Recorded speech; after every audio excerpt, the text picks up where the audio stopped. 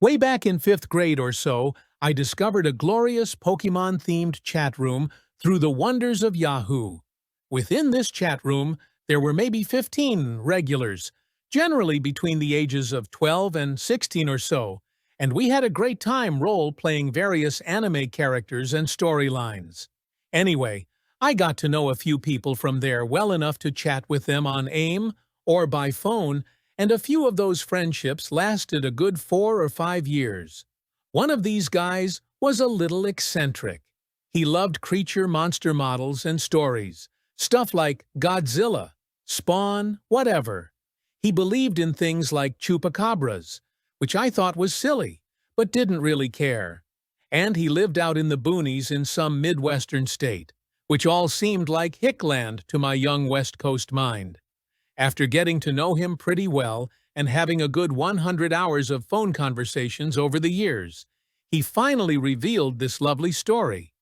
He told me that sometimes he would black out and wake up to discover that he had or was still in the process of hurting or torturing animals and children. He had quite a few cousins and neighbor kids who lived nearby, and apparently had killed some animals. When he revealed this to me, I felt sick inside. I love animals, and this information chilled me to the bone. It was really hard for him to tell me this, and he confided that I was one of the only people he had ever been able to tell. Then, it got weirder. Someone in his family, or maybe a family friend, decided that he must be possessed by a demon, and that they had to perform an exorcism. They did it at night, of course, in a dark room lit by candles, and he tied to the bed because they didn't know how the demon would react.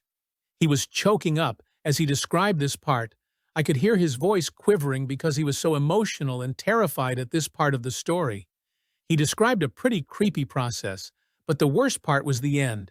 He said they heard something hit the floor under the bed when the demon left his body. And then something scrabbled across the floor and out of the room in the darkness, leaving claw marks in the wood floor.